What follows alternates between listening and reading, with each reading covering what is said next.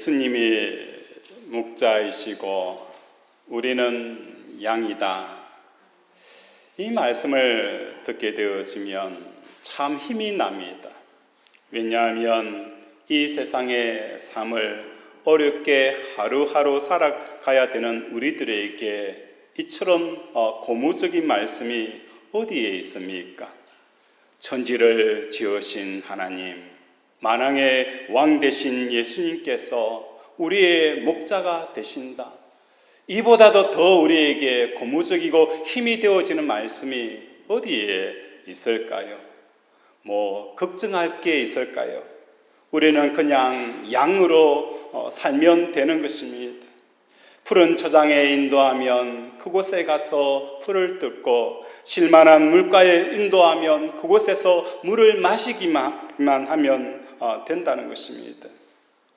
우리는 이렇게 이때까지 목자와 양에 대해서 이렇게 이해하고 받아들였습니다. 그런데 예수님이 목자가 되셔서 우리를 양으로 부르시고 인도하시게 될 때에 우리가 분명하게 기억해둬야 될 것이 있다는 것입니다. 여호와께서 목자가 되어져서 우리를 인도할 때에 궁극적으로 우리를 어디로 이끄시는가를 우리가 생각해 보아야 된다는 것입니다. 시편 23편에 보면 하나님이 우리를 인도하는 목적지가 어디라고 표현합니까? 여호와는 나의 목자시니 내가 부족함이 없다. 여호와께서 나의 목자가 되시니까 나는 부족함이 없는데 23편 마지막 절 8절에는 하나님께서 목자가 되어져서 우리를 인도하시는 그 최종 목적지가 어디냐? 여호와의 집에 내가 영원토록 거하리로다. 여호와의 집으로 목자가 되신 그 예수님께서 우리를 여호와의 집으로 우리를 인도하신다라고 말씀을 합니다. 요한복음 10장 9절에서는 목자가 되신 예수님, 선한 목자가 되신 예수님께서 우리를 향하여서 이렇게 말씀합니다. 나는 양의 문이니 누구든지 나로 말미암아 들어가며 나오며 구원을 얻고 꼴을 얻으리라 라고 말씀을 합니다. 목자가 진짜 양이 목자가 되어져서 그 목자를 통해서 문으로 들어가게 되어지면 이 진짜 양은 어디로 들어가게 되어지는 거예요? 양의 우리로 들어가게 되어집니다. 그렇다면 우리가 예수님의 문을 통하여서 들어가게 되어지는데 어디를 향하여 들어가게 되어질까? 이 문이 열리면서 도대체 어떤 상황이 내 앞에 펼쳐지게 되어질까? 요즘 음악 프로그램 가운데 콜라보라는 그런 프로그램이 있습니다. 판타디오라는 그런 음악을 상영하는 것을 볼 수가 있었습니다. 판타스틱 듀오라는 그 내용은 가수 한 사람과 또 일반인들이 경쟁을 하여서 이 가수와 함께 콜라보를 이루어 노래하는 그런 내용을 담고 있었습니다. 마치 오늘 이 본문을 대하면서 예수님께서 나의 목자가 되신다라는 이 목자를 보면서 콜라보가 이루어지는 그런 모습들을 보게 되어지는 거예요.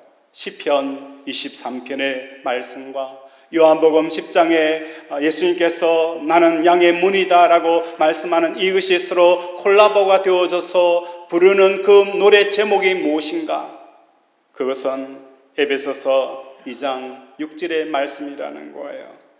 오늘 6절을 함께 읽도록 하겠습니다. 시작.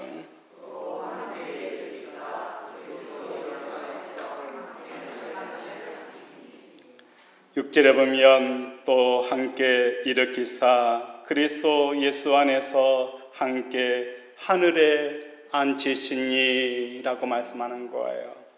시편 23편에 부르는 이 노래와 또한 요한복음 10장에 부르는 이 콜라보가 되어져서 부르는 그 노래의 제목이 무엇이냐? 그것은 우리로 하여금 여호와의 집에 거하게 하고 우리를 구원을 얻게 하고 꼴을 먹게 하는 그 최종 목적지가 뭡니까? 우리를 예수님과 함께 어디에 앉히는 거예요? 하늘에 앉힌다라고 말씀을 하는 거예요. 이것이 뭡니까? 저와 여러분이 구원받은 삶이 어떤 것인가를 우리에게 말씀을 하고 있다는 거예요. 구원이라는 것은 무엇을 말하는 것입니까?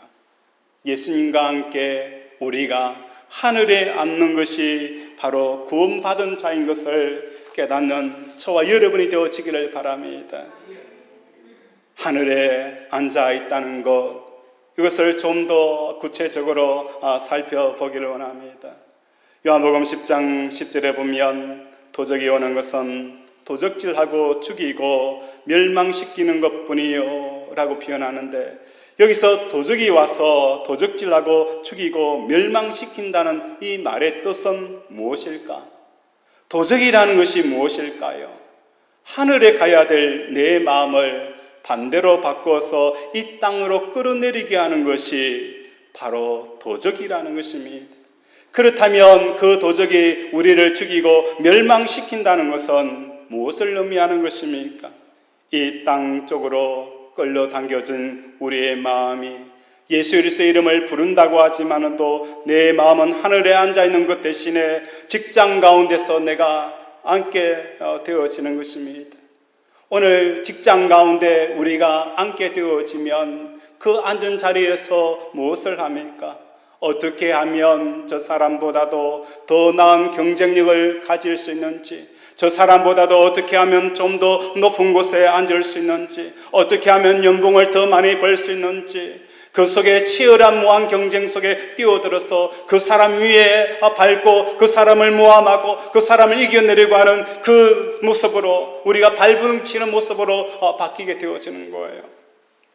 가정 안에서도 마찬가지입니다. 우리가 하늘에 우리의 마음이 앉아 있어야 될 마음이 가정으로 내려와서 부모로서 또한 어머니로서 자리를 잡게 되어지면 어떤 마음이 드는 거예요?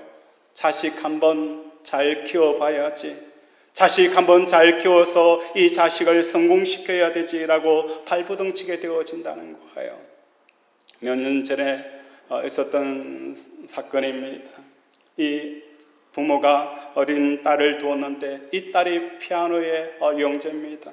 어릴 때부터 아이에게 피아노를 앉게 하고, 밖에 나가서 엄마 아이들과 함께 놀고 싶어, 안 돼, 학원 가야 돼, 학원으로 보내고 열심히 피아노를 치게 했습니다. 고등학교를 졸업하자마자 줄리어드 음대에서 무시험으로 이 사람은 우리 학교에 와도 괜찮습니다, 그만큼 탁월한 실력을 가지고 있습니다 라고 무시험으로 입학이 허용이 되어진 거예요. 그 집안에서 난리가 났습니다. 야, 우리 가문의 영광이다라고 부모들이 너무 좋아하고 어머니가 너무너무 좋아했습니다. 학교에 갈 날이 멀지 않은데 아이가 코피를 흘리는 거예요. 몸이 여러 군데 아프게 되어지는 거예요. 병원에 가보니까 이 아이가 백혈병이라는 진단을 받고 얼마 못 산다는 이야기를 의사를 통해서 듣게 되어집니다.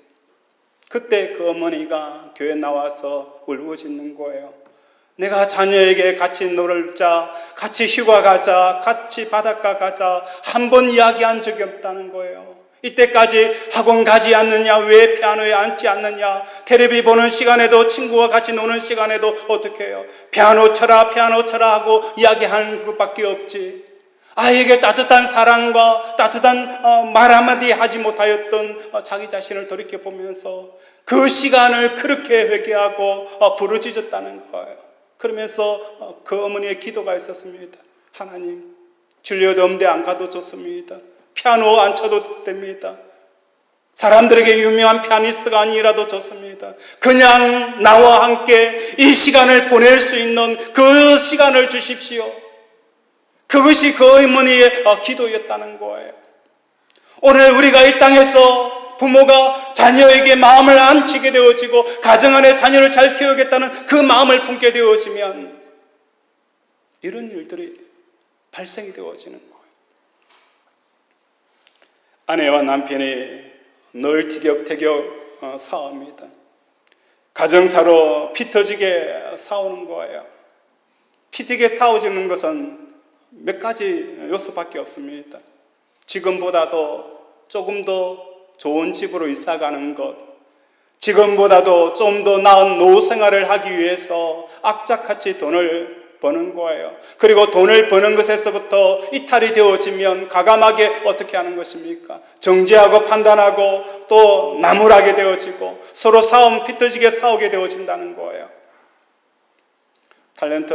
인기 배우 탤런트가 자기 남편이 이렇게 이야기를 하는 거였어요. 아내에게, 여보, 우리가 이때까지 열심히 앞만 보고 달려왔는데 해외여행 한번 갔으면 좋겠다라고 제안을 하는 거예요. 아내는 무슨 소리 하느냐, 그 돈이 있으면 우리가 집을 사고 또 돈을 마련해서 노후 생활을 좋게 해야 되는데 그 돈이 아까워서 못 간다는 거예요. 3개월 있다가 남편이 암말을 선고를 받게 되어진 거, 말기암이라는 선고를 받게 되어지고 얼마 있지 않아서 남편이 저 세상으로 가버렸다는 거예요. 오늘 이 땅에 살아가는 많은 사람들이 우리가 살아가는 이 땅에서 우리의 마음이 내려앉게 되어지면 우리의 삶은 마치 못가 되어지는 거예요. 우리 자신을 죽이고 멸망으로 치닫게 되어진다는 것을 우리에게 보여주는 것입니다. 온통 마음이 이 세상 쪽으로 끌어당겨져 가게 되어지면 이것이 바로 우리가 도적질 당하게 되어지고 그 도적질 당하는 삶을 통해서 가정 안에서 다툼과 어둠과 분노와 멸망과 시기와 분쟁이 일어나게 되어지는 것이 바로 도적질 당한 우리들의 삶이라는 것입니다. 이것을 오늘 이전에는 이렇게 표현합니다. 그때에 너희는 그 가운데 행하여 이 세상 풍조를 따르고 공중 권세 잡은 자들을 따랐다라고 말씀을 하는 것입니다.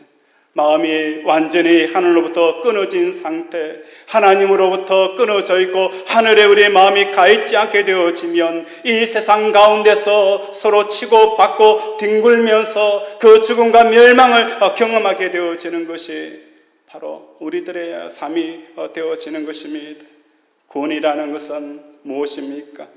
우리의 마음이 천국에 앉아있는 상태가 되어지는 것, 비록 우리가 이 땅에 살아가고 있지만 우리의 마음이 천국에 앉아있게 되어지는 그 상태가 바로 구원의 역사가 일어난 것이고 내가 구원받은 자의 삶을 살아가게 되어진다는 것입니다. 오늘 찬송가 442장에 이렇게 기록합니다. 저 장미꽃 위에 있을 아직 맺혀 있는 그때에 귀에 어느니 소리 들리니 주 음성 분명하다. 주님 나와 동행하면서 나를 친구 삼으셨네. 우리 서로 받은 그 기쁨 알 사람이 없도다 라고 표현하는 거예요. 오늘 이 땅을 살아가면서 우리의 마음이 하늘에 앉게 되어지면 지금 돈이 없는 것, 자식 때문에, 건강 때문에 걱정하고 마치 지옥과 같은 삶이라 할지라도 우리의 마음이 하늘에 앉게 되어지면 우리에게 넘치는 이 기쁨, 이것은 세상의 것과 전혀 상관이 없고 세상이 줄 수도 없고 세상이 알 수도 없는 이 기쁨들이 저와 여러분 속에 흘러 넘치게 되어지는 거예요. 오늘 우리가 구원받았다, 나는 예수 믿고 구원받았다, 예수님께서 나의 삶을 인도하는 그 최종 목적지가 어디에 있는 거예요? 우리가 죽어서 가는 것이 아니라는 거예요. 우리가 하늘에 앉히는 것이 구원의 역사고 구원받은 자의 삶이라는 것입니다. 하늘에 앉게 되어지면 하나님과 함께 동행을 하게 되어집니다. 하나님과 동행하게 되어지면 그냥 무료하게 시간을 보내는 게 아닙니다. 하나님을 통하여서 우리는 무엇을 배우게 되어지는 거예요? 하나님의 지혜를 배우게 되어지는 거예요. 하나님께서 이 세상을 향한 하나님의 뜻들을 우리에게 말씀을 하시는 거예요. 아브라함을 향하여서 네 친구 아브라함에게 내가 하고자 하는 일을 감추겠느냐? 소돔과 고모라 땅을 불로 심판할 것을 아브라함 내 친구에게 감추겠느냐라고 하면서 그 비밀을 아브라함에게 가르쳐 줍니다.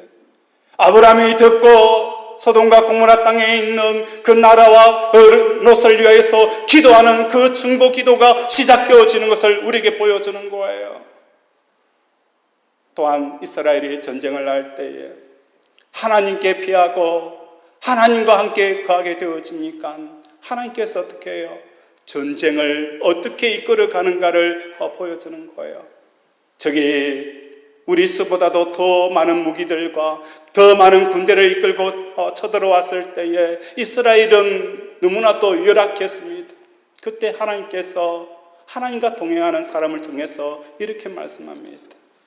너희는 어느 곳에 매복되어 있다가 나무 위에서 사람의 발걸음이 움직이는 것을 듣게 되어지거든 그때 나와서 어떻게 하라는 거예요? 공격하라 라고 이야기를 하는 거예요. 그래서 이스라엘 백성들이 그때에 하나님께서 나무 위에 사람 발자국이 움직일 때 나와서 공격을 하여서 그 많은 적들을 다 물리치는 역사들을 일으킨 거예요.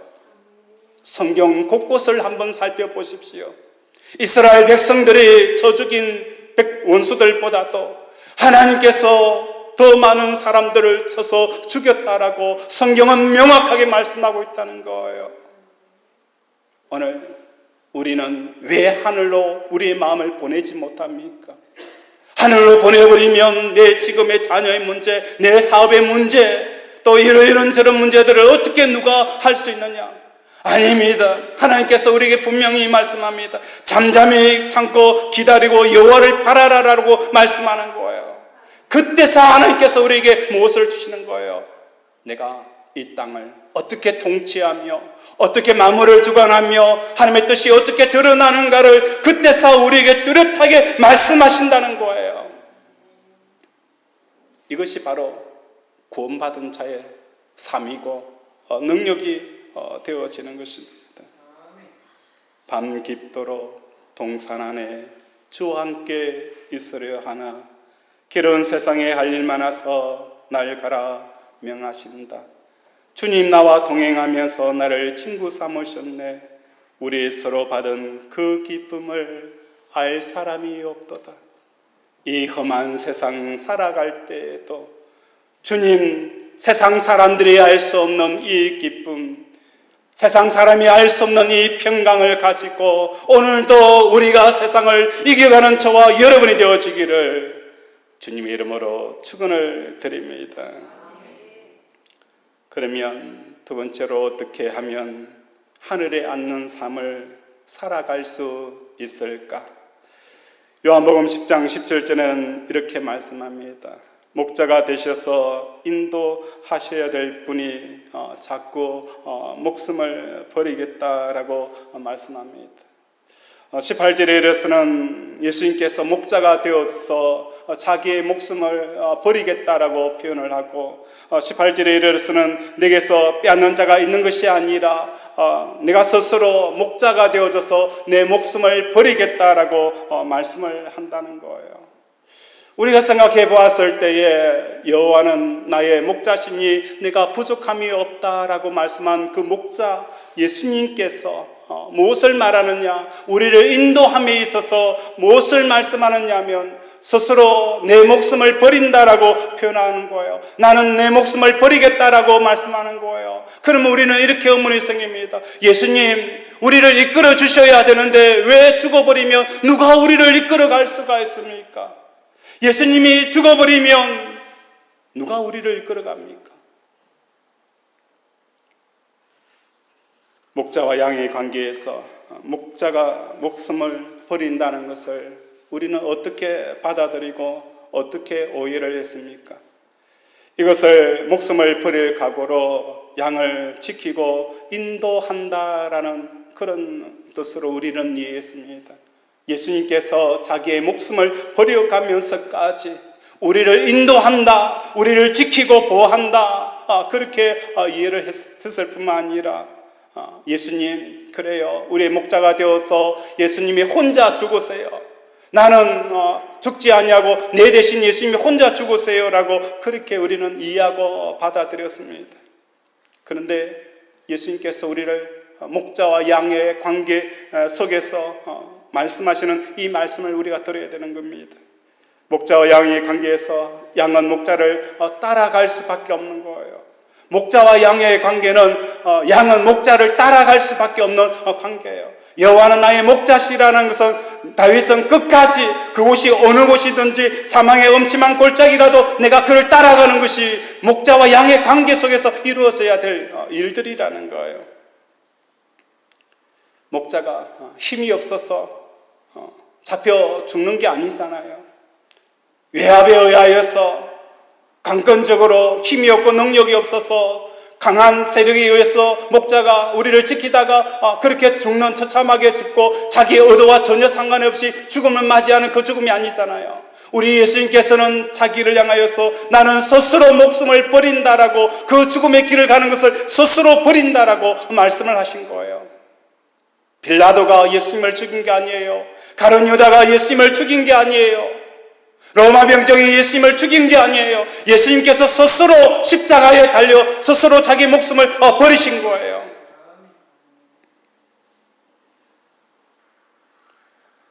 우리가 잘 아는 베드로가 로마를 벗어날 때에 도망을 칩니다. 자기를 죽이려고 하는 그 로마를 향하여 도망을 치려고 나갑니다.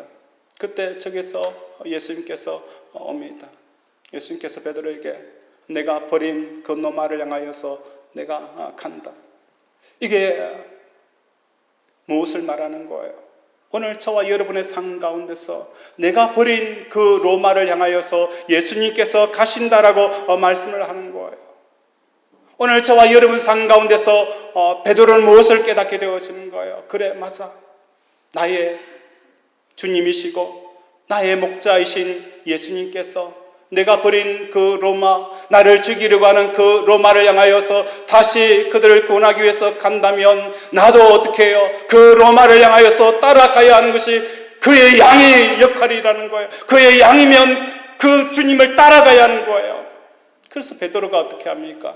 도망 나왔던 그 로마를 향하여, 자기를 죽이려고 하였던 그 로마를 향하여서 발걸음을 돌리면서 나아가는 것이 바로 베드로의 고백이라는 것입니다. 목자를 따라가야 합니다. 오늘 저와 여러분은 주님께서 목숨을 버리기까지 나를 보호하신다, 나를 지키신다라는 것만 알고 있지, 우리 예수님께서 스스로 목숨을 버리고 가신 그 십자가의 죽음의 길을 우리는 어떻게 해야 되는 거예요? 따라오라라고 말씀을 하신다는 거예요. 그래서 내 양은 내 음성을 들을 것이다 라고 말씀하는 거예요. 내 양은 무엇을 하는 거예요? 내 음성을 듣는다는 거예요. 어떤 음성인 거예요? 내가 십자가에 죽은 것처럼 너도 나를 따라오너라 라는 그 음성을 듣는 거예요. 베드로가 로마를 버리고 떠났지만 예수님께서 로마를 가시는 것을 보면서 그 로마로 가는 예수님을 따라가는 것처럼 양은 예수님을 따라가는 곳입니다. 그곳이 어디든지 따라가는 것입니다. 이 음성이라는 것은 십자가에서 달려 죽으신 주님께서 목자가 되셔서 이리로 오라, 이리로 오라, 십자가의 죽음으로 와라 라고 말씀하는 거예요. 이 음성을 듣는 자가 뭡니까? 주님의 양인 거예요. 양은 목자의 음성을 듣는다라고 말씀을 하는 거예요. 그런데 지금 삶의 마음을 몰입해가지고 집중해서 이 삶을 영위하기 위해서 제대로 살아낼까 말까 하는 그 상황인데, 지금 내 현실과 내 문제와 내 사업의 문제 앞에서 모든 것을 집중하고 모든 것들을 신경 써야 될 그 상황 가운데 예수님께서 우리에게 부르시는 그 부름은 뭡니까? 나를 따라와서 집중하려고 하는 우리들을 위해서 십자가로 나에게 오라, 나에게 오라라고 말씀을 합니다. 예수님, 무슨 말씀입니까? 삶의 현장에서 나에게 힘을 주시고 이 삶의 문제를 열심히 해결할 수 있도록 나에게 도와주셔야 되는데 어떻게 그 삶에서 오히려 방향을 틀어서 십자가로 나를 부르십니까? 라고 우리는 반문할 수가 있습니다. 그래서 요한복음 10장 20절에 보면 예수님께서 십자가로 가고 그 십자가로 초대하는 그 이야기를 듣고 많은 사람들이 어떻게 반응하는 거예요? 그가 귀신에 들려 미쳤거늘 어찌하여 그의 말을 듣느냐? 그의 말을 들을 필요가 없다. 그의 말을 들을 필요 없다. 그는 귀신이 들려있다. 그래서 삶에 더 집중하고 삶에 더서 우리가 뭔가 집중하고 투자해야 된다라고 이야기를 하는 것이 10절의 사람들의 반응이라는 것입니다. 사도 바울은 날마다 나는 죽노라라고 표현을 했습니다. 사도 바울이 무엇을 깨달았고 무엇을 발견하였기 때문에 그는 날마다 나는 죽노라라고 말씀하였습니까? 우리 목자 되신 예수님의 음성을 날마다 들었다는 거예요. 날마다 십자가로 초대하시는 그 예수님을 사도 바울은 일평생 듣고 달려갔다는 거예요. 그래서 나는 날마다 죽노라라고 고백을 한 것입니다. 우리가 주님의 이 초대, 이 인도하심을 듣고 십자가 너머로 나아가게 되어지면 그 십자가 너머에는 무엇이 있습니까? 바로 하늘이 있게 되어지고 그 하늘에는 우리를 바라보시고 우리를 지으시고 우리의 생명과 만물을 주장하시는 하나님께서 통치하시는 그 하나님의 통치 영역 안으로 우리가 들어가게 되어진다는 거예요. 십자가 너머에 있는 것이 하늘이고 십자가 말고는 하늘로 통하는 길이 전혀 없습니다.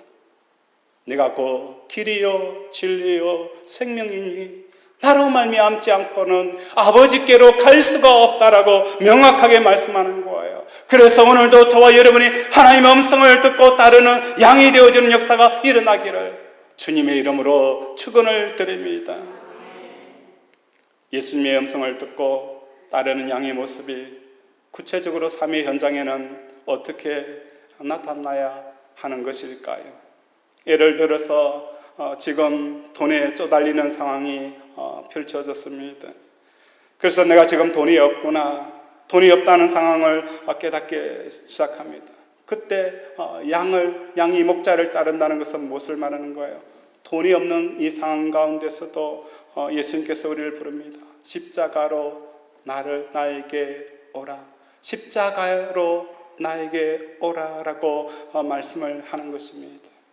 이와 반대로 세상 권세, 세상의 공중 권세 잡은 자들이 목자가 되어져서 그들의 소리를 듣는 사람들의 반응은 어떻게 반응합니까?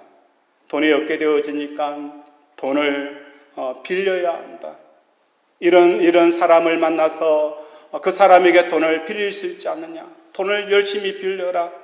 또 돈을 벌어야 된다. 돈이 없으면 망한다. 돈이 없으면 내 인생은 완전히 끝이 난다. 이런 음성을 듣는 게 뭐예요? 세상 권세, 공중 권세 잡은 자들의 음성을 듣는 거예요. 오늘 우리가 예수를 믿는다라고 하면서도 얼마나 이때까지 세상 공중 권세 잡은 자들의 음성을 듣고 살았는지를 우리는 아는 거예요. 돈을 벌어야 된다. 돈이 없으면 불행하다. 돈을 빌려야 되고 어떻게 하든지 돈만 많으면 된다. 이 음성을 듣고 우리는 일평생 예수 믿는다 하고 하면서 그 길을 쫓아온 사람들이 우리들이라는 거예요.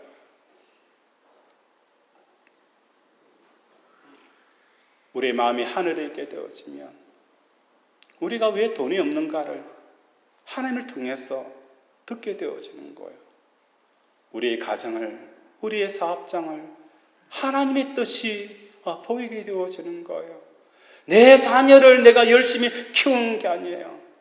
하나님의 내 자녀에 향하신 뜻을 내가 발견하게 되어지면 내 자녀에게 왜 피아노 치지 않느냐? 왜 공부하지 않느냐? 왜 이렇게 하지 않느냐? 남편과 아내 때문에 서로 돈 때문에 싸우고 돈 때문에 피 터지게 싸우는 그런 일이 없을 거예요. 하나님의 뜻이 없는 이 세상의 삶은 한순간도 없습니다. 하나님의 뜻이 없는 우리의 삶은 없다는 거예요. 우리가 가난하게 되어지고 부자가 되어지고 존경을 받고 멸시를 받고 사람들에게 환호를 받고 멸시를 당하는 이 모든 것 가운데서도 하나님의 뜻이 있다는 거예요. 그 뜻을 찾지 않냐고 왜 내가 사람들에게 왕따를 당하였을까? 저 사람이 나를 왜 이렇게 무시할까? 나는 왜 저 사람처럼 돈이 없을까? 나는 왜 이렇게 가난하게 살아야 되는가? 나는 왜 매일 배신당해야 되느냐? 이것만 생각했지. 하나님의 뜻을 생각 자체를 하지 못한 이유가 뭡니까? 나는 구원받지 못하는 거예요. 하늘에 있지 못하기 때문에 이런 역사가 일어난 것입니다. 마태복음 10장 16절에는 이렇게 말씀합니다.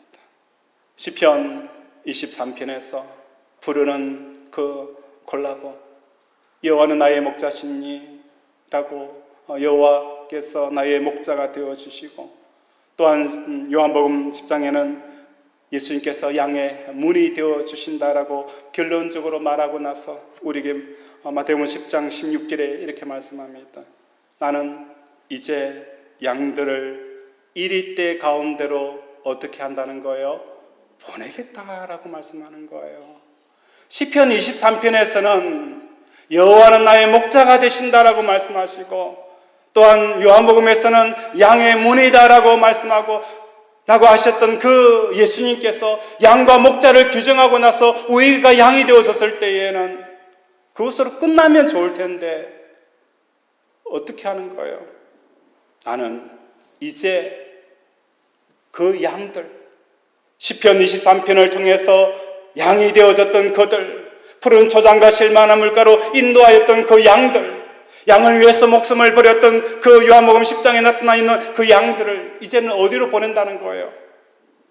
이리 가운데로 보낸다라고 표현하는 것입니다. 양을 이리 가운데 보내는 어리석은 행동을 왜 이렇게 당당하게 말씀하실 수가 있을까? 양을 이리 가운데 보내게 되어지면 100% 양들은 처참하게 죽임을 당합니다. 이리들에 둘러싸여 있을 때에 우리는 살아 생존할 수 있는 길이 없다는 것입니다. 오늘 우리가 하나님의 인도함 앞에서 뭔가 하려고 합니다. 뭔가 하려고 하고 뭔가 몸부림쳐야 되고 뭔가 하지 않으면 끝날 것 같습니다. 분명히 예수님께서 말씀합니다. 너는 나를 목자로 여기고 있느냐? 너는 내 음성을 듣느냐? 그러면서 그 양 되어진 사람들을 어디로 보냈냐? 이리 가운데로 보낸다라고 말씀하는 거예요.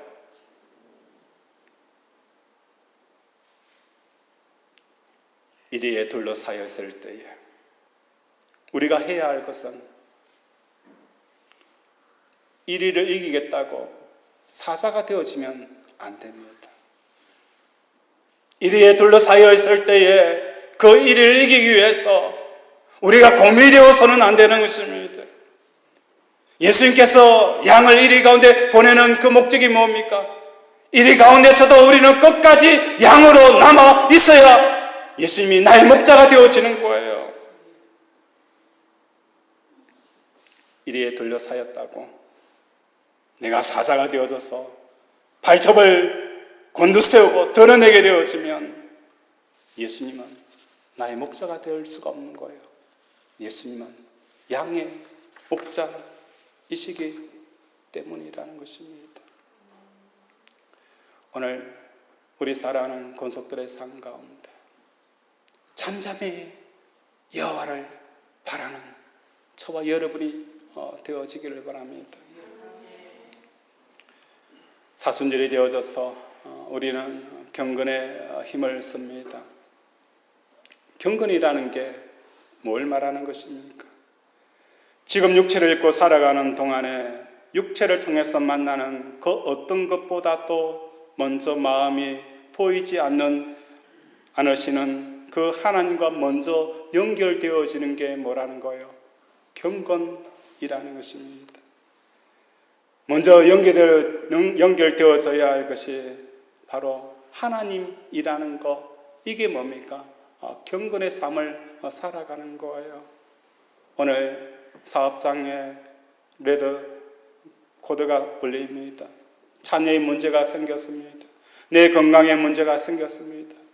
그때에 우리가 가장 먼저 연결되어져야 될 것은 사업의 그 적신호를 연결하는 게 아니에요.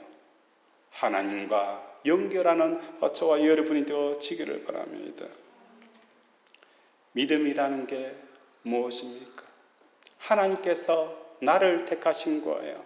그 많은 사람, 똑똑한 사람, 지혜로운 사람, 돈 많은 사람, 많이 배운 사람, 그 많은 사람이 아니라 하나님께서 나를 택하신 것이 바로 믿음이라는 거예요. 그래서 믿음이라는 것은 나도 하나님을 택하는 것입니다. 어떤 순간에도 우리는 믿음이 있다라는 것은 어떤 순간에도 우리가 하나님을 택하는 것이 뭐라는 거예요? 믿음이라는 것입니다. 돈이 부족합니다. 그때도 돈을 벌어서 채우는 것이 아니라 하나님을 선택합니다. 내 삶에 불행이 찾아오고 울음이 만연합니다. 그때도 우리는 무엇을 택하는 것입니까? 하나님을 택하는 것입니다. 그래서 우리의 부족과 울음의 그 부족한 부분들을 하나님으로 채워가는 사람이 바로 믿음의 사람이라는 거예요. 믿음 따로, 신앙 따로, 그게 아니라는 거예요. 믿음을 생활화하셔야 되는 거예요. 남들에게 멸시당할 때에도 인정받으려고 몸부림치는 게 아니에요. 그때에도 우리는 하나님을 택하는 거예요. 그래, 우리 예수님도 사람들에게 멸시를 받았지, 천대받았지. 하나님을 택하는 거예요. 우리 예수님도 그렇게 받았는데 나는 오죽하랴.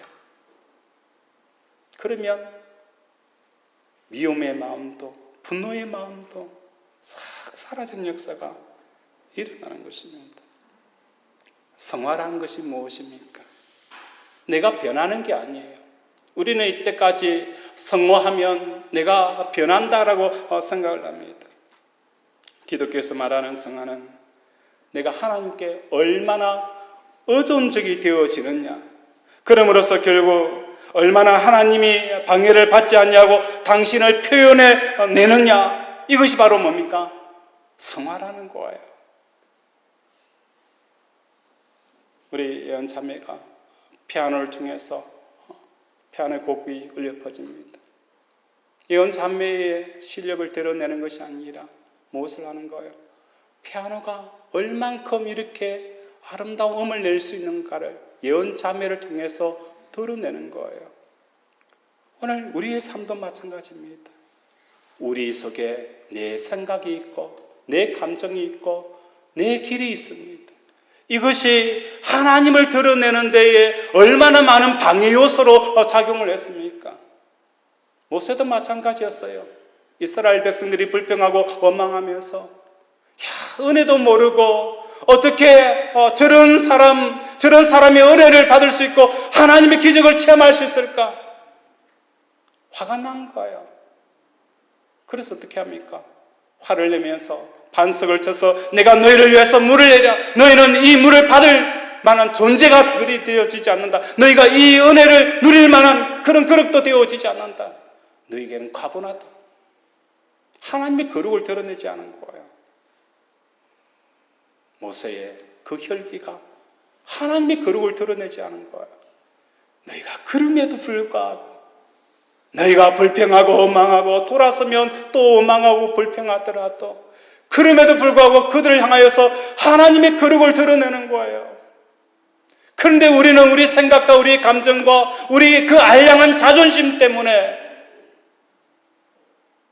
하나님이 나를 통해서 하나님이 표현되어지지 못하는 것이 우리의 삶이었다는 거예요. 하나님이 나를 통해서 많이 표현되어지길 원합니다. 하나님이 나를 통하여서 표현하는 데에 전혀 그치름과 걸림돌이 없도록 오늘도 우리는 어떻게 해요? 주님이 부르시는 그 십자가를 통해서 하늘에 올라가는 저 여러분이 되어지기를 주님의 이름으로 축원을 드립니다. 말씀을